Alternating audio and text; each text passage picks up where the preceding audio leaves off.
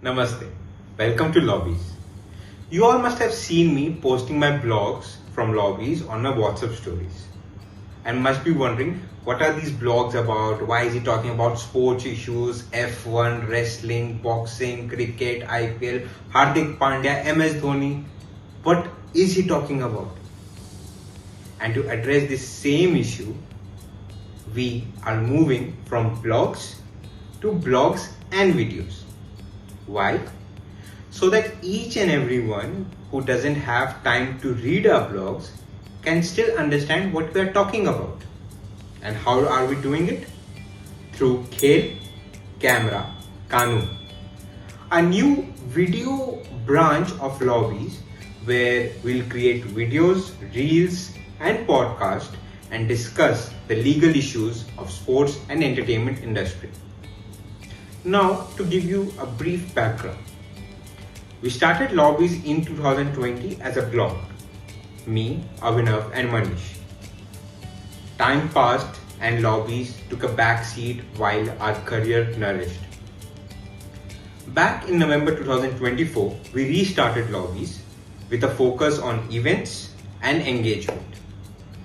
But the same thing, people were not reading our blogs. Why? Again, time, social media. And since then, I have been looking for a person who can be the face for lobbies. And some juniors did step up. Again, work comes first, right? But lobbies is not a work for me. It's a passion project. I have not even made a single penny out of it, and still I have the same passion and love for lobbies. And will continue to do so. And for the same reason, we are coming up with this new field so that we can grow lobbies and educate our audience and athletes and artists. And this is here, our very first episode of Khel Kamera Kanoon with your camera shy host Ishaan Michael. Our first episode focuses on who controls Indian sports and why our athletes have so little say in it. Joining us on this episode is Tarun sir from GNLU Gandhinagar. Tarun sir is the co-founder of Doctrina Ludus and Assistant Professor Research at GNLU Gandhinagar. With over 9 years of experience, Tarun sir has delivered multiple lectures and courses across India and foreign countries. He has worked as sports law consultant, sports law professor and lecturer. And we are lucky to have him as a guest on our first episode. Welcome, Tarun sir. Thanks, Ishaan. It's great to meet you after a long period of time. Congratulations for the new endeavor, and I hope I'm a good fit for this podcast. Absolutely, sir. It's great to have you here. To all My our pleasure. viewers, this episode is important because sports in India is growing fast, but our governance system has not been able to keep pace at the same rate. Whether you are a lawyer, an athlete, or just someone who loves sports, I'm sure this episode will help you understand the nitty-gritty of sports governance in India, the loopholes, and how we can improve the ecosystem as a whole. So let's start. Tarun sir, how did you get into sports and how sports and sports law, how did it become a part of your life? Very interesting question. I think it has been a very fulfilling journey, Ishaan, both from a sporting perspective and a sports law perspective. I come from a place which has a great, sophisticated sporting environment. That's Dehradun, because of the schooling culture there. And the two schools that I studied, I was always into sports, specifically in the second school from where I passed my schooling as well, which was a Kendra Vidyalaya. And generally, KVs have a great sporting culture, at least in Dehradun, all the KVs had one. I think from a sporting perspective, things change at the university level. I studied in Delhi in this university called Jamia Millia Islamia, and I cracked into the university football team thanks to my peers who were there, and one of the most legendary football player, S.A. Rahim, who was our, I'm sorry, Hakim Saab, his son, Right. who was our football, not football, he was the sporting advisor of Jamia. but he was an Olympian himself. He played in the Olympics. He was a part of the Asian Games as well. And it was an absolute pleasure to be under him, to be under his guard. He was a very hard taskmaster, but an absolute legend. Whatever I know about football, whatever little I know about football in terms of playing, it's all because of him and the team I played with. Had some amazing players. And in Jamia itself, I had the first touch um, to sports law, and that wasn't me. I don't give myself that credit. I give all the credit to a senior of mine who reached out to me, and she told me that there is a conference that is happening on sports law, and I'd never heard the word before. She said, let's write something on doping. You play sport. I was like, absolutely, let's try it. So that was my first touch to sports law. And after I think that particular conference also, for a very long period of time, Ishan, I did not do anything in sports law until I came to GNLU for my master's. I finished my LLM from here. I participated in one sports law related endeavor that was happening in GNLU. But as soon as I started working in GNLU, I think the entire box opened up for me. I became a part of this center called the GNLU Center for Sports and Entertainment Law, and from there, rest is history. Really want to thank the then director and our current director of GNLU, who have really encouraged sports law ecosystem in GNLU, and because of that, I think GNLU now has become one of the most important stakeholders when it comes to sports law and policy. Absolutely, sir. And sir, talking about the GNLU Center for Sports and Entertainment, I was really lucky to be an intern there. I interned under Oh you in yes, 2020. So it was a great experience for me as well.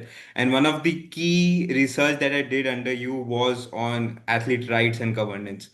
So it's really interesting on like when I read those case laws, especially at the caste level or the Indian level. So it was quite interesting to learn about new things. So it was a great experience interning under the center, and I'm sure I'm glad. many all our viewers who have interned there or have been associated will agree with me.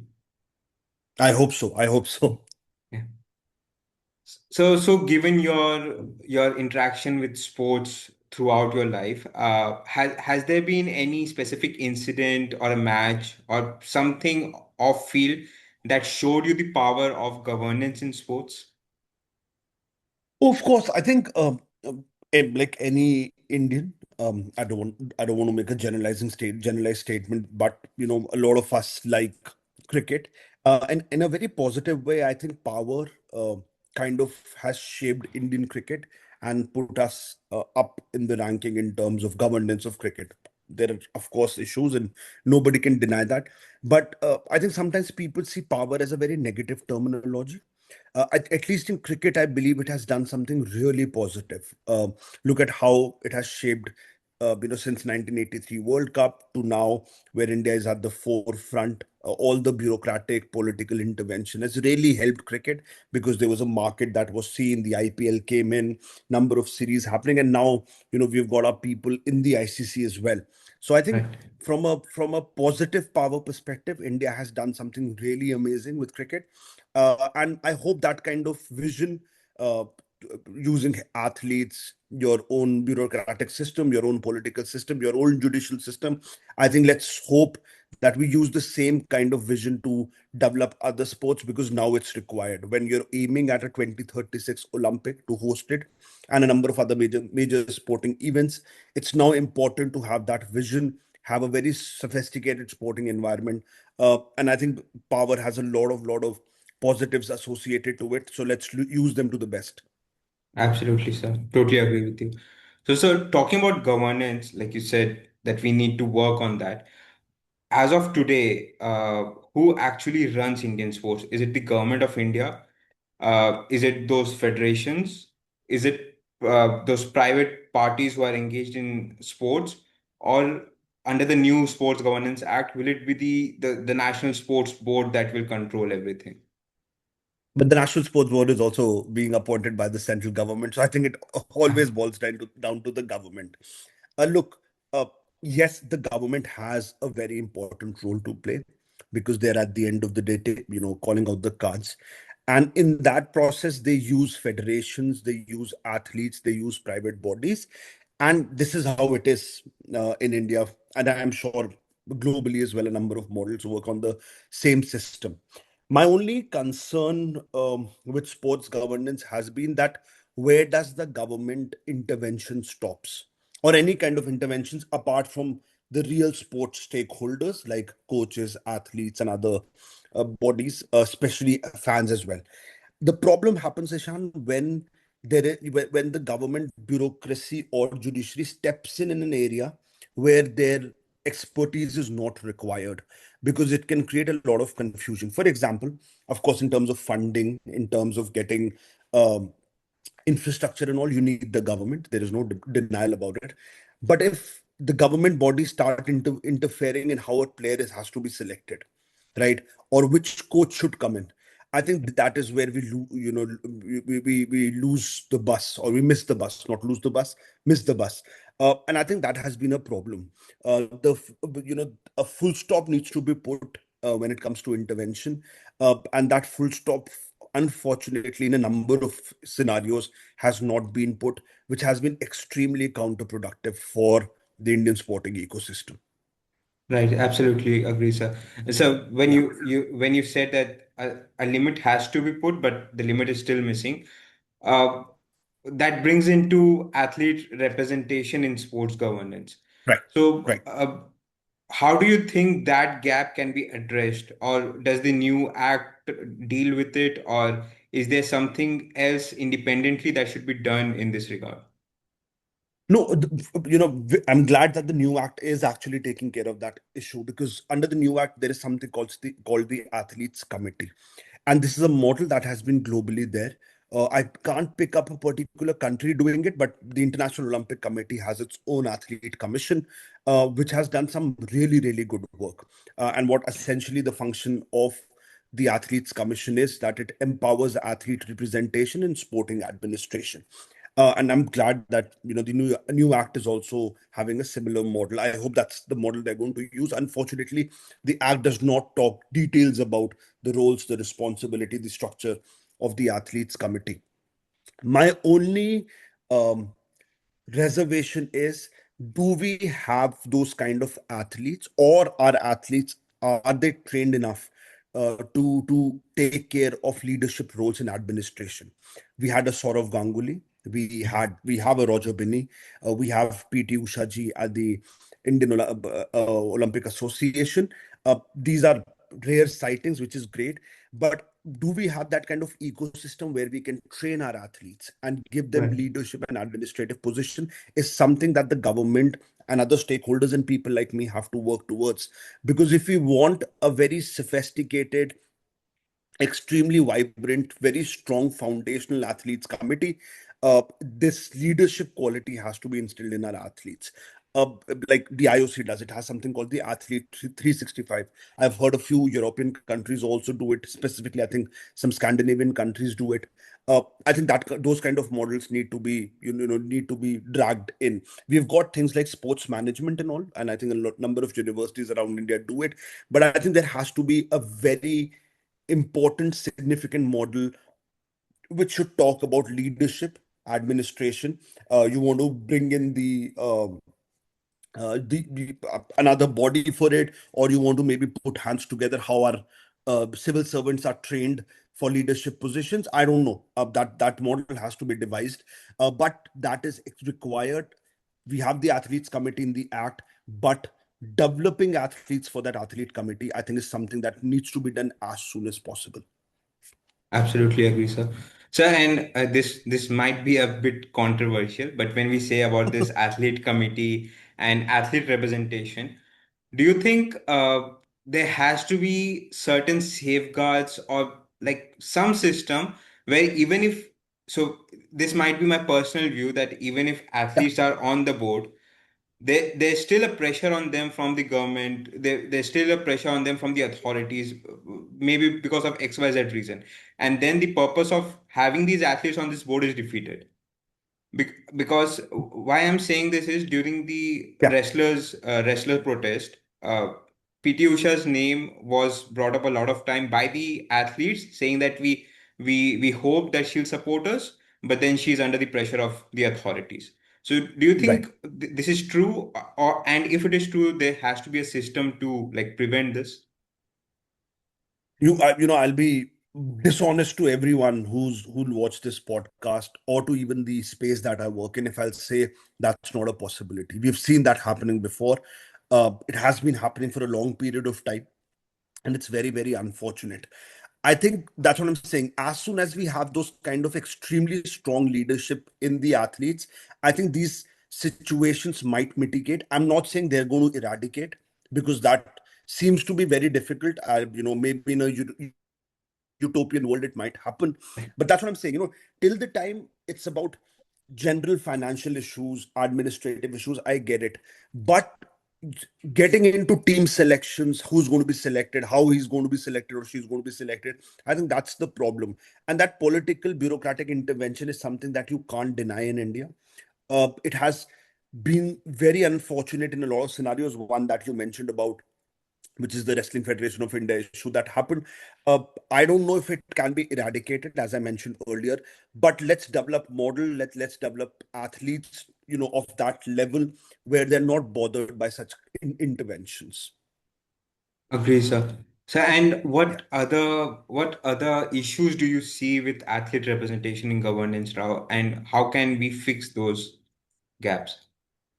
I think the major issue is, it shouldn't become kind of, you know, just a for the sake of it, we've put athletes there. I think that scenario shouldn't be. A rubber stamp athlete should be Right. there. Scenario shouldn't be happening. It should be a very strong system, a system whose voice should be heard. Uh, and I think that's going to solve a lot of issues, because at the end of the day, look, Ishan, I've played sport, you've played sport, and the athlete knows what's the major problem at the Right. grassroots level, because they've come up from that system. To Correct. understand their issues and to work on their issues, I think is the best way you can create a extremely vibrant sporting ecosystem. We haven't been doing that in cricket. We did it, so look what the result is. In badminton we are doing it in kabaddi, so look how the system is growing. So the answer is with the athlete. Bring them to the decision making table, listen to them, and try to work around it. Right, agree. So whenever we say about good governance in sports, cricket is Right. always a model that we try to follow. Do you Right. think cricket was able to grow or develop at such a scale because of minimum government intervention? But if you see a number of people, like let me just pick up one name, not one. I'll pick up two names. I think Sharad Pawarji, Right. one of the pioneers who helped Indian cricket grow. Then you also had, I've heard very, very good things about the late Arun Jaitley ji, who worked Mhm. in the Delhi cricket circuit. Correct. Yes. So I think, yeah. So I think both of them have done tremendous job. That's what I'm saying. Look, I don't have their the political intervention is something that you can't deny. Till the time the politician wants to help the system, it's Mhm. absolutely brilliant. The Right. problem happens with people who are put in those system who don't have a vision for it. Correct. And Yes. yes, of course, with cricket, I think a great thing has been that fans have been behind cricket, that we Right. want the Yes. best of the best system to come in. That happened with global football as well. Look at European Mhm. football, look at American football. I'll talk about European football more because that's a better culture, because fans are behind their clubs, their teams. They want the best of the best system coming in. I think that happened with cricket in India as well. So till the time that foundational support is coming from the community itself, it's going to be great. Yes, a number of things cricket did, which cricket has done. I think it's also because of limited political intervention. Because in other spaces, wherever the political intervention has been more, things have not been hunky dory. So that analogy, is a safe space to consider. Right. So, and you talked about the fan support. A couple of months, I think a couple of years back, when NFT was at a high scale, Right. an idea was floated that the fans buy a token, they buy an I know. NFT, and they Right. become they become a part of the board, and then they help in governing either a club or the sports as a whole. Do you think that is something that can be implemented in like in real? Uh, if your question is on if is should fan be on the table or fan community should be on the table of governance, they've always been indirectly. But Right. I Yeah. think in Europe, there is a direct intervention of fans in a number of governance issues. Uh, in India, it can be done, but we have to be a little uh, cautious about how the system is going to develop, because I think we run on two extreme ends. You win the World Cup, you're the hero. Then you Right. lose the next series with any countries, Sri Lanka, especially Pakistan and all. They make your cutout and then Effigies. burn Yeah. it in front of your house. And we've seen what all has happened. I think the 2007 World Cup was Correct. one such example, if I remember the year Right. correctly, Yes. where India got out. So with India, I think that oscillation is a major problem because there are extreme emotions associated to it. But using fans as a stakeholder and a prominent stakeholder in governance, I think is a very important aspect. Again, that awareness, education of fan needs to be done.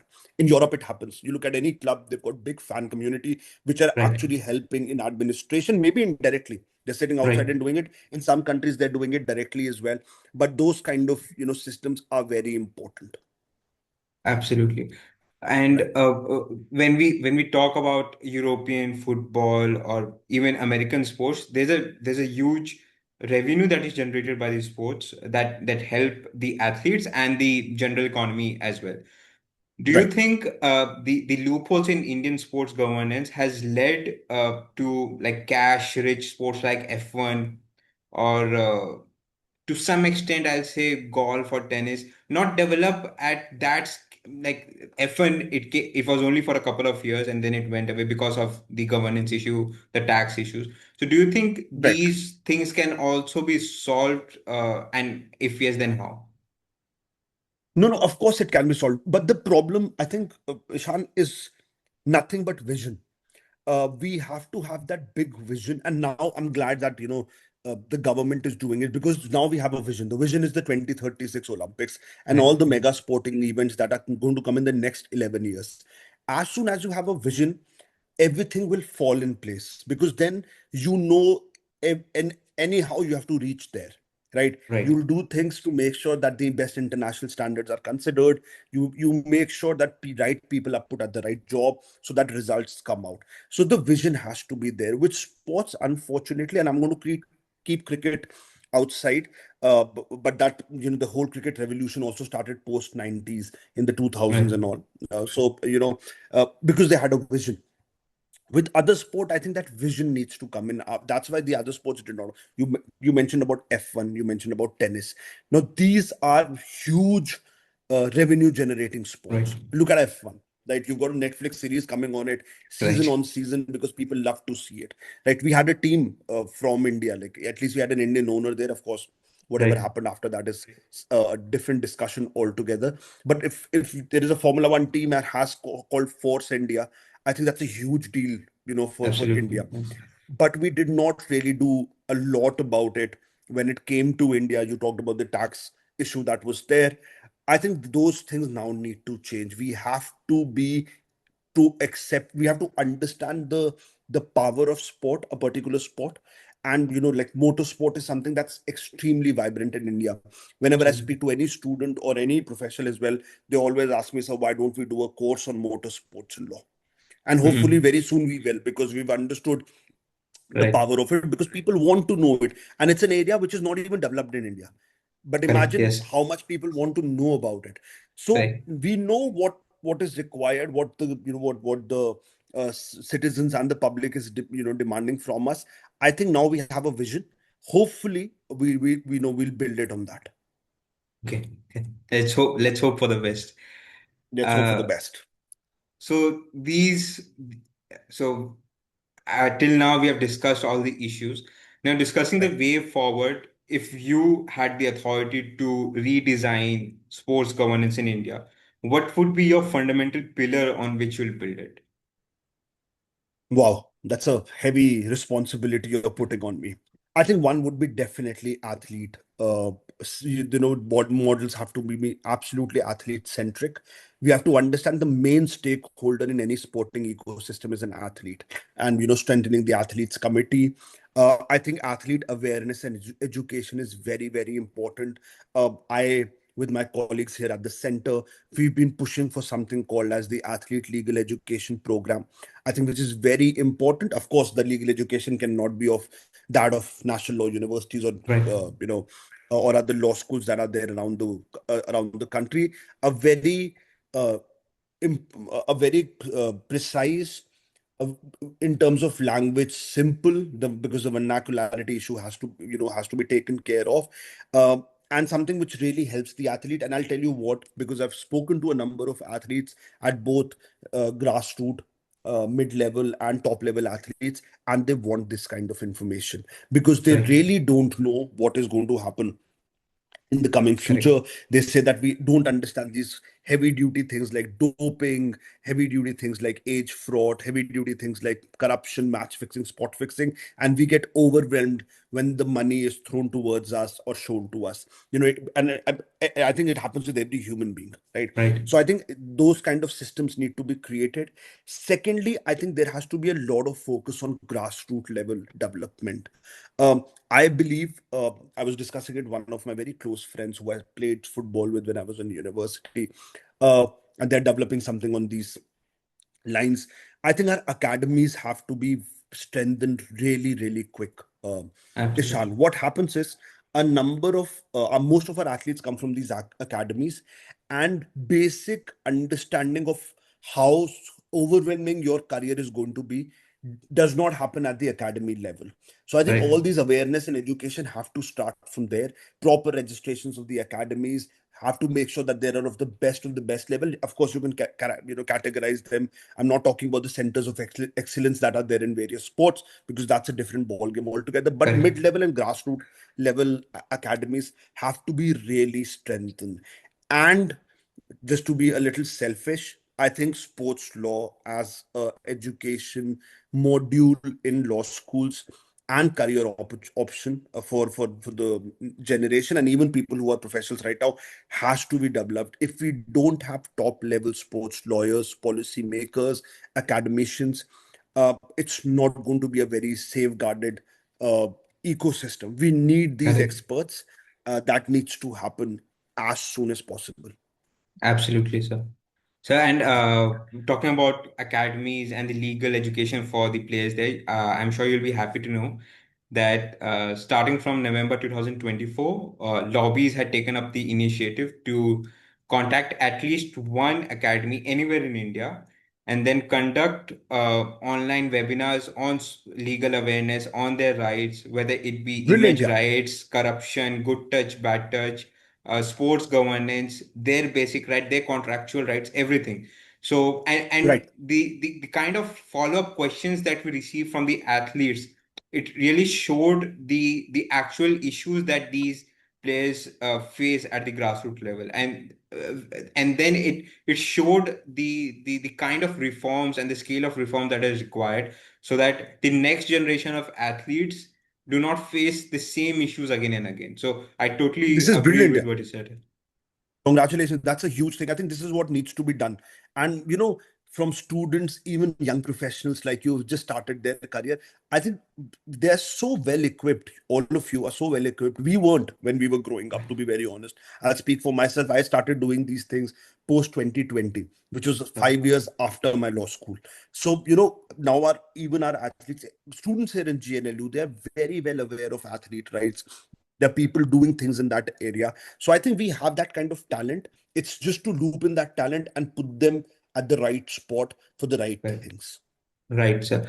And I also agree that these legal awareness or legal education has to be provided to academies.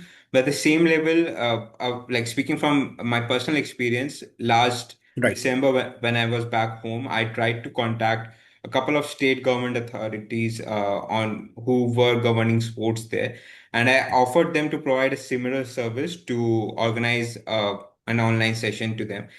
And unfortunately, they say that the athletes do not require it because they are still at the grassroots level, so it does not concern them. And they were That's the problem. and the officials were more focused on, see, we are building this infrastructure, we are building these hostels for these, we are paying them this much per diem. I said, sir, I agree with what you're saying, but this is at a particular level, and the athlete has to proceed to the Right. next level, and they have to know about their rights. True. So there is a gap that has to be addressed, and we are there to address it. But I feel that there's a hesitance from the authorities as well, which has to be addressed. I'll tell you what here. I'll tell you what's the reason for that hesitance. Of course, one reason can be that they really don't want to get into it. I think there's another problem, and some of them unfortunately don't know it also, and it's Correct. not their mistake. They have never been told about it. So I Correct. don't Yes. blame them at all. I think it's a system failure, and people like me have to raise their hand and say that we have also not done our job properly. Now is the time when we are thinking of developing a great sporting environment. I think it's our responsibility now to step in and do these things. Whenever this episode is going to come out, I think that announcement had already been made. Uh, b- uh, we with the Manchester Metropolitan University are doing uh, are coming together, and we are doing a study circle on Olympics, Olympic law. And that's going to be something that is going to work in this direction, where we're going to talk about all these governance, sports, athlete related issues. And Mhm. we'll be glad if people like you can give us ideas as to what discussions should be done. So we've already created that kind of platform. In September it's going to get launched. So Okay. please send in your inputs, what discussions are required, so that at least people get to know about it. Our responsibility is also to create a capacity, also do capacity building, and that can only be done when we know the realities, and people like you who are reaching out to academies know the reality. So we'll be more than Absolutely. happy to take these issues. Absolutely, sir. So, and talking about your upcoming collaboration, I've seen that Indian think tanks or Indian universities or Indian sport NGOs, they're more comfortable working with foreign bodies in developing like policies or good governance system. So, is there any specific example that you see from a particular foreign country or any private sports body that you would like to implement in India? Oh, good question. I think number of European models are really good.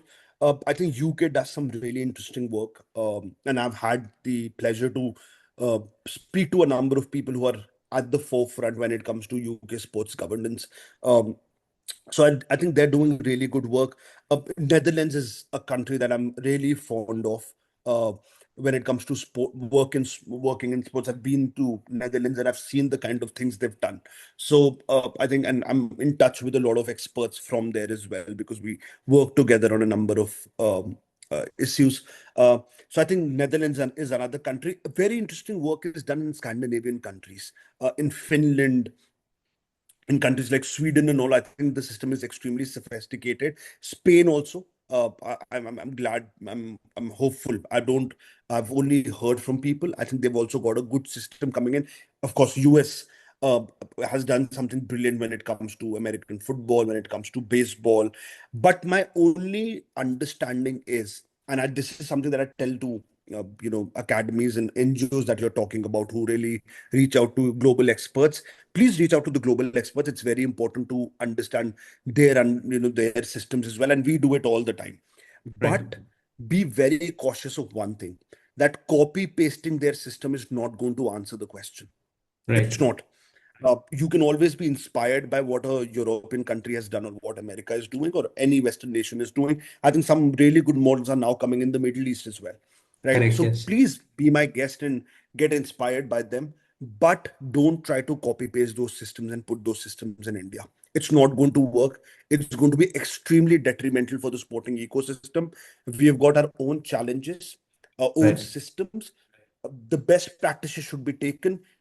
An indigenous spin has to be given to them, and then you can put it uh, and try to work around it. But copy pasting systems is not going to work. absolutely, sir. Yeah, I Right. totally agree with you. Uh, Thank you again for your words of wisdom. Two last questions Absolutely. for a young audience, young lawyers, young professional athletes who are starting their career. Where do you see opportunities to contribute in this space, in the space of sports governance? I think with the new governance act coming in, and past 2 3 years, I think from 2022, I'll say has been very interesting for Indian sports. I think now the opportunities are going to build in. It has taken a lot of time. I was hopeful that it would have happened sooner, but at least good now it's happening. So there will be a lot of issues coming in, and for lawyers who want any kind of who are looking for any dispute resolution opportunities, I think there will be a lot of issues coming in because it's going to be a tried and tested model. There will issues come in. We need to go to the courts. We need to go to the international bodies wherever the system is asking for that. I think so. The opportunities are going to come in. My only advice to young professionals and to students would be to make themselves available and make themselves relevant. And how does that happen? A lot of people think that solving cases only can make you relevant. I think there is another brilliant way. The power of which I've understood very recently is writing, my Ishan. Absolutely. We haven't given that kind of importance to writing. And I kid you not, most of the big people that I know in the zone of sports law is through their writing, not their lectures, not the case that they've solved. It's because I've Absolutely. read what they've written on issues, and I became their fan. I tried to reach out to them. In most of the cases, I've been lucky that they've responded back. Writing has such a huge power to make yourself reach to the all the corners of this world. I do it myself. I get so many messages. People will critique it, people will say nice things about it, but people will get to know about it, that there is one Correct. person, ABCD, who's working in this area. So I always tell young professionals who want to get into sports law, please write regularly. I talk to Indian sports lawyers, talk to Western sports lawyers. They always Mhm. tell us that people have reached out to me because they read our articles somewhere in the newspaper, or there's so many portals and blogs. The best part about the digitalization is that you've got so many blogs coming in. Please write for those Absolutely. blogs. I can name a few of them, like Law in Sports. Does a Mhm. lot of work. Our center has a blog which is now reaching to Okay. that level, Right. called Pitch in Pixels. Please reach out to us. Write, but write. It helps you in two way. One, you get a lot of recognition. Two, there is a dearth of literature when it comes to Indian sports law. uh, Right. I think that particular gap gets filled, that void gets filled.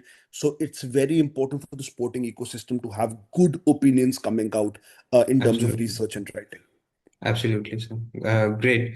And finally, how can people contact you and contribute in your works and activities that you're undertaking through GNLU or Doctrina Ludus?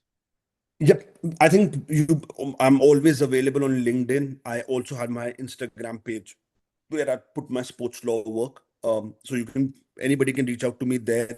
I have no problems of sharing my numbers and all. But if you send an email or LinkedIn message, I'm more than happy to engage.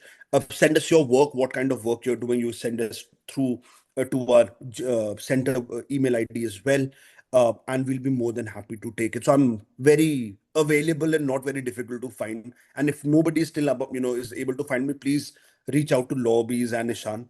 They'll give you my Sure. contact details. They have everything that you want. So, Absolutely. For your words of wisdom, sir. Before you leave, we would love to have a quick rapid fire round with you just to understand your love for sports and how you want the sports to be and what is your on point understanding of sports in general. shoot, I'm ready.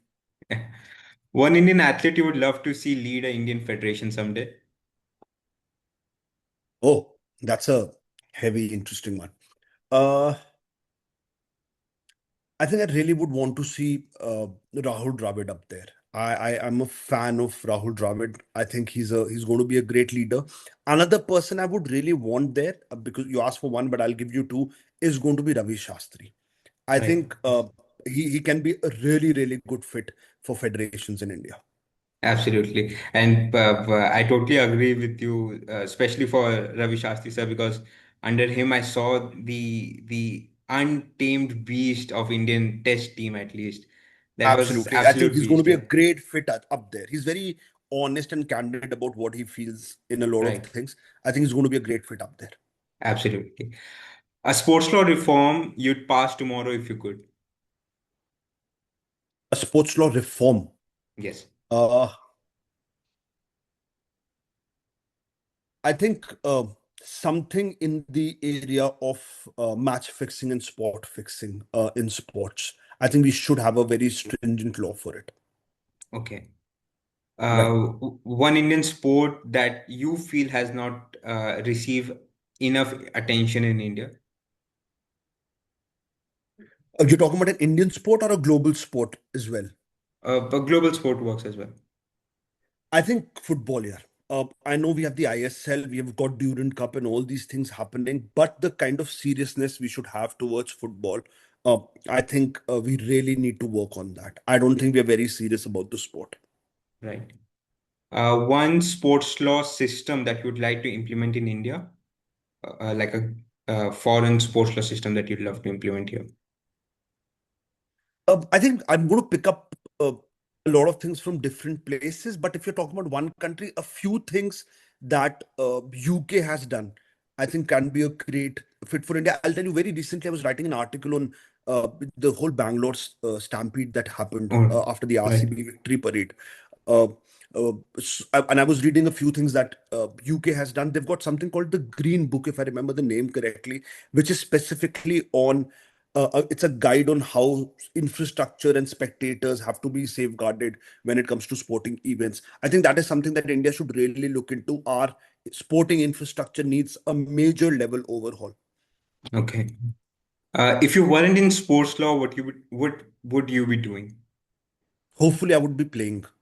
I Okay, that's hope nice. I would have put myself more into the football goalkeeping drills, and I would have, paved my way up. I was a goalkeeper when I used to play. I still Okay, that's do nice. a lot of goalkeeping whenever I get an opportunity. So hopefully, a goalkeeper. That's nice. Real Madrid's most underrated player in the current squad. Again, a goalkeeper. I will always go for a goalkeeper. I think Iker Casillas, when he was a keeper, was very underrated, and I think same goes with Courtois. I think Right. Thibaut Courtois or any goalkeeper for that matter for any team. I think they're considered to be last in the lane, but I think it's the most important position. No offense to any, any defender, midfielder, or strikers who are listening to this Right. podcast or who will listen to this podcast, but I think goalkeepers are generally underrated. Thibaut Courtois is going to be one of them. One word to describe Indian sports governance today. Uh, Visionary after the Okay. act has come in, but in a few aspects, a little unrealistic. A little. Okay. I think we need to be very, very cautious about it. Okay. And one word on what it could be. It could be one word, I think, GOAT. I think I'm going to use the Gen Z term for it. It's going to be Right. greatest of all time. It has the potential to be, I won't deny it at all. Love it, sir. Thank you for playing along and for bringing such a brilliant guest on our first episode. It was really nice to have you, especially given that I've worked under you, I've seen you speak on in conferences, I've read your articles. So it was really nice to have you as a guest on our episode. Thank you again for accepting our invitation. My absolute pleasure, Ishan. Absolute pleasure. It's great to see what you are doing for the sporting community, and please do it as bravely and as honestly as possible. That's the only thing I would request you to do. Thank you for the invitation. It was an absolute pleasure. Thank you, sir. Any message for our audience before we end the session? Like, subscribe, and comment whenever Thank the you. channel goes out. Thank But you. I'm really looking forward to meeting a lot of interesting minds in this sports law and policy uh, ecosystem. I hope I meet a lot of them in the coming years. Okay. Thank you, sir. Thank you very much. Thank you, Ishan. That was our first episode. Hope you liked it and learned something from it. And as my favorite podcaster Raj Shamani and Ranveer said, if we did anything wrong or if you want us to change something in our episode, do tell us, do give us our honest feedback. and we'll learn from it, we'll change it, because we are here to stay. Do share and subscribe our channel. Give us a like if you like the episode and learned something from it. We have also shared the link of our social media accounts in our description. Do give us a follow and support us. Thank you.